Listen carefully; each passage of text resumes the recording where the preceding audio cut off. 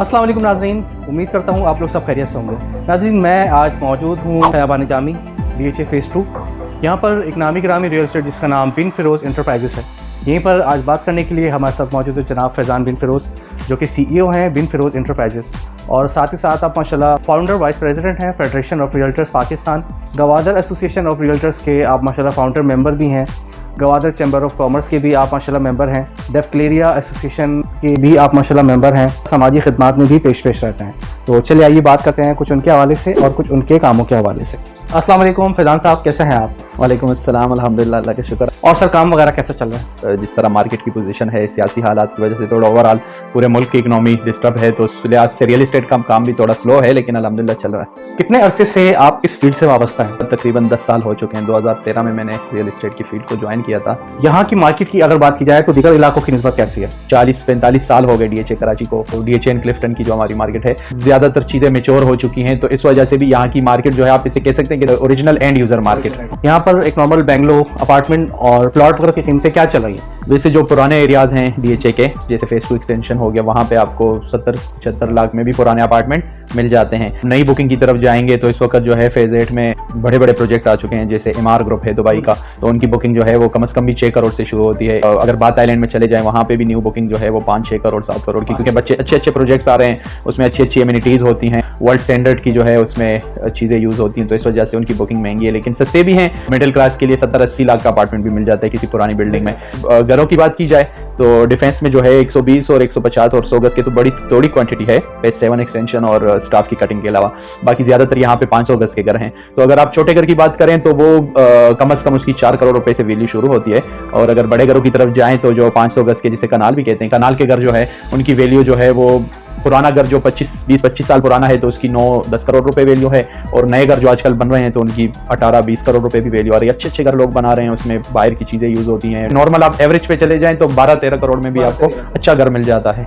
आप यहाँ के अलावा और किन किन इलाकों में डील करते हैं? ज़्यादातर जो मेरी 80% वर्किंग है वो गवादर की है। तो हमारी कंपनी बिन फिरोज़ इंटरप्राइजेस जो है वो इस्लामाबाद की कैपिटल स्मार्ट सिटी के हम ओनली ऑथराइज्ड डीलर हैं कराची में। जो हमारे इन्वेस्टर्स और यार दोस्त हैं तो उनके लिए जो है हम बेरिया टाउन कराची में भी कोई अपार्टमेंट्स या प्लॉट्स वगैरह की सेल परचेज भी कर लेते हैं। ऑनलाइन प्रॉपर्टी पोर्टल्स के आने से आप लोगों के काम में कितनी तेजी देखने में आई? ऑनलाइन प्रॉपर्टी पोर्टल जो है वो एंड यूजर को फोन से टारगेट करती है। अब आप एक ऑनलाइन पोर्टल को घर बैठे, ऑफिस बैठे यूज कर रहे होते हैं, वहां पे अपनी प्रॉपर्टीज लगा रहे होते हैं, एंड यूजर होता है वो आपसे कॉन्टेक्ट करके उस प्रॉपर्टी में अपना इंटरेस्ट शो करता है और उनसे आप डील करते हैं। तो मेरे ख्याल से तो ऑनलाइन प्रॉपर्टी पोर्टल जो है मार्केट में पॉजिटिव रोल प्ले कर रहे हैं। क्या मटेरियल की कॉस्ट बढ़ने से पुराने घरों की भी कीमतें बढ़नी चाहिए या फिर वही रहनी चाहिए? जब कंस्ट्रक्शन पुरानी हो जाती है तो उसकी वैल्यू वैसे कम हो जाती है, क्योंकि 20 साल 22 साल 18 साल पुराने घर जो हैं तो उसकी जो कंस्ट्रक्शन का मटेरियल होता है तो वो वैसे ही पुराना होने की वजह से उसकी वैल्यू पे कुछ फर्क नहीं पड़ता। प्लॉट की वैल्यू बढ़ने से उसकी वैल्यू बढ़ती है। अगर नए घरों की बात करें जो 4-5 साल पहले बने हैं तो हाँ, उनकी वैल्यू जो है वो कंस्ट्रक्शन मटेरियल महंगा होने से उनकी वैल्यू भी ज्यादा हो गई है। एक मकान, फ्लैट या प्लॉट लेते वक्त एक आम आदमी को किन बातों का ख्याल रखना चाहिए? आप जो प्लॉट या घर खरीदने जा रहे हैं जिस हाउसिंग स्कीम में, तो आपने ये देखना है क्या वो डेवलप होने के बाद वर्थ रखती है, या उसकी लोकेशन ऐसी है या उसकी एक्सेस ऐसी है कि कल जो है वो डेवलप होने के बाद भी वर्थ ना रखे। तो मेरे ख्याल से ये सारी चीजें अगर कर ली जाए, आप अपने रियल्टर को वेरीफाई कर लें, आप उस प्रॉपर्टी को वेरीफाई कर लें, आप प्रोजेक्ट की वैल्यू को वेरीफाई कर लें, तो फिर तो कोई इशू नहीं है। लेकिन अगर आप अनवेरीफाइड, अक्सर जो लोग होते हैं वो कम पैसों के चक्कर में और सस्ती चीज के चक्कर में अपना नुकसान कर बैठते हैं, तो मैं तो रिकमेंड करूंगा कि कोई भी चीज खरीदने से पहले उसकी जो ये 3 चीजें बताई हैं इस प्रोसेस से गुजार के खरीदा जाए तो इंशाल्लाह नुकसान ना हो। बहरिया टाउन 2 के हवाले से आपके क्या तासुरात हैं? जब 2013-14 में बहरिया टाउन 1 आया था, हमारे और हमारे रियल्टर्स भाइयों के और क्लाइंट्स के तासुरात थे, वो आज वही तासुरात आज फिर से क्रिएट हो चुके हैं कि भाई ये लोकेशन इसकी दूर है, डेवलपमेंट होगी नहीं होगी, ये तो जंगल है, ये तो बहरिया 1 से भी 32 किलोमीटर दूर है। तो मेरे ख्याल में बहरिया 1 ने जो है वो अपने पहले प्रोजेक्ट को डिलीवर करके आने वाले प्रोजेक्ट के अबाउट इन तमाम रूमर्स को और सोच को गलत साबित कर दिया है। हाँ, ये है कि उसकी प्राइसेस थोड़ी ज्यादा है जो कि एक्सपेक्टेडली कम होनी चाहिए थी, लेकिन यह है कि 4 साल बाद जब ये किस्तें जो भी क्लाइंट खरीदेगा 4 साल बाद उसकी वैल्यू जो है, जो प्राइस इन्होंने दिए इससे एक्सीड कर जाएगी। रियल एस्टेट की फील्ड के अंदर एक ब्रोकर का किरदार कितना अहम होता है? Real estate without realtor, without broker जो है there is no real estate. एक ब्रोकर जो है या एक रियल्टर जो है वो अपना खून और अपना पसीना और अपना टाइम जो है किसी भी प्रोजेक्ट को देता है, उसके कुर्बानियां और उसकी कोशिश है, उसका अपना इंटरेस्ट भी होता है, लेकिन वही उस प्रोजेक्ट को चलाता है और वही उसका आईना होता है। अगर कोई पार्टी सौदा कैंसिल कर देती है या बैक हो जाती है तो ऐसे में में आप उसके टोकन अमाउंट का क्या करते हैं? परचेजर और सेलर होता है तो हम उन दोनों को बिठाते हैं और हमारी कोशिश ये होती है कि जो उसने पैसे लगाए हैं वो उसकी फॉरफिट ना हो, साफ सुथरा काम किया जाए। लेकिन बाकी हम अपनी कोशिश 100% एफर्ट्स लगाते हैं, बाकी अल्लाह के ऊपर जो अल्लाह का फैसला। मौजूदा हुकूमत की बनाई हुई रियल एस्टेट से मुतालिक जो पॉलिसीज हैं, आप उससे किस हद तक मुतमईन हैं? मौजूदा हुकूमत की जो रियल एस्टेट की पॉलिसीज हैं, इन्होंने टैक्सेस को तो इंक्रीज किया है, बाकी पॉलिसीज तो पिछली हुकूमत की चल रही है। लेकिन जो सबसे नेगेटिव चीज है जो मार्केट को हर्ट कर रही है वो जो है डॉलर की वैल्यू है, क्योंकि पाकिस्तान में सबसे बड़ा इन्वेस्टर रियल एस्टेट सेक्टर में वो ओवरसीज पाकिस्तानी है। तो इस वजह से ओवरसीज पाकिस्तानी ने अपनी इन्वेस्टमेंट जो है वो रोक दी हुई है और इससे हमारी इकोनॉमी भी हर्ट हो रही है और हमारी इंडस्ट्री भी हर्ट हो रही है। एक आम शख्स अगर कभी अपनी जमीन बेचने खड़ा होता है तो उसे लगता है कि उसकी जमीन मिट्टी है और आपकी जमीन सोना है, ऐसा क्यों है? कोई भी क्लाइंट आपके पास आए, उसकी चीज को अगर हम शरई तरीके से देखें तो हमारा दीन कहता है, हदीस शरीफ का मफहूम है कि कोई भी चीज जो आप अपने लिए पसंद करें वही अपने भाई के लिए भी पसंद करें। तो मेरे ख्याल में हम इस काम को बेहतर कर सकते हैं अगर हम अपनी चीज को जिस वैल्यू का जिस तरह बेहतर समझते हैं, अपनी क्लाइंट की चीज को भी उतनी ही वैल्यू दें। फेडरेशन ऑफ रियल्टर्स पाकिस्तान इस वक्त पाकिस्तान के रियल्टर्स के लिए क्या अहम किरदार अदा कर रही है? मैं चूंकि डे 1 से फेडरेशन ऑफ रियल्टर्स पाकिस्तान की जो बुनियाद रखने और बनने तक आखिरी इलेक्शन तक जो है मैं इसका पार्ट रहा हूँ। तो as a founder vice president मैं तो समझता हूँ कि रियल एस्टेट कम्युनिटी और रियल्टर्स के फ्यूचर के लिए इसकी खिदमात बेशुमार हैं। 2016 से पहले पूरे मुल्क में एसोसिएशन जो है वो अपने प्रोजेक्ट या अपने शहर तक महदूद थी, लेकिन फिर जो FBR के इश्यूज आए और जो एनोमलीज आए तो उनको सोल्व करने के लिए हमारे जितनी भी एसोसिएशंस थी उन्होंने फील किया कि कोई स्टेट लेवल पे, फेडरल लेवल पे FBR से डील करने के लिए कोई हमारी बॉडी हो। तो उस बॉडी का जो है बुनियाद 2017 में रखी गई। मैं जो है वहाँ पे as a vice president elect हुआ और अल्हम्दुलिल्लाह 2 से 3 साल हमने उसके लिए कोशिश की। अब माशाल्लाह जो है हमारे बहुत ही अच्छे दोस्त इस्लामाबाद एसोसिएशन के प्रेसिडेंट सरदार ताहिर उसको लीड कर रहे हैं और जो भी मामलात होते हैं तो उनको जो है स्टेट लेवल पे, नेशनल लेवल पे फेडरेशन ऑफ रियल्टर्स डील करती है। डेफक्लेरिया एसोसिएशन इस वक्त डिफेंस और क्लिफ्टन के जो रियल्टर्स हैं उनके लिए क्या अहम खिदमात अंजाम दे रही है? डेफक्लेरिया जो है उसकी खिदमात बेशुमार हैं। जितने भी डिफेंस और क्लिफ्टन के रियल्टर्स के इशूज होते हैं, सबसे बड़े मसाइल होते हैं कि हमारे जो रियल्टर भाई होते हैं उनके आपस के डिस्प्यूट डील्स के ऊपर या क्लाइंट्स के इशूज, तो उनको बाकायदा जो है बड़े मुनज़्ज़म तरीके से एक मॉडर्न जिरगा टाइप के माहौल में हल किया जाता है और खुशअस्लूबी से हमारे जो रियल्टर्स हैं, मेंबर्स हैं, वो उसको एक्सेप्ट भी करते हैं। इसी तरह DHA के साथ मामला टेकअप करना, और डेफक्लेरिया पाकिस्तान की वाहिद एसोसिएशन है कि जो अपनी एसोसिएशन के लिए एक डेफक्लेरिया हाउस बनाने जा रही है DHA सिटी में। तो मैं इसको एज अ मेंबर भी अप्रिशिएट करता हूँ।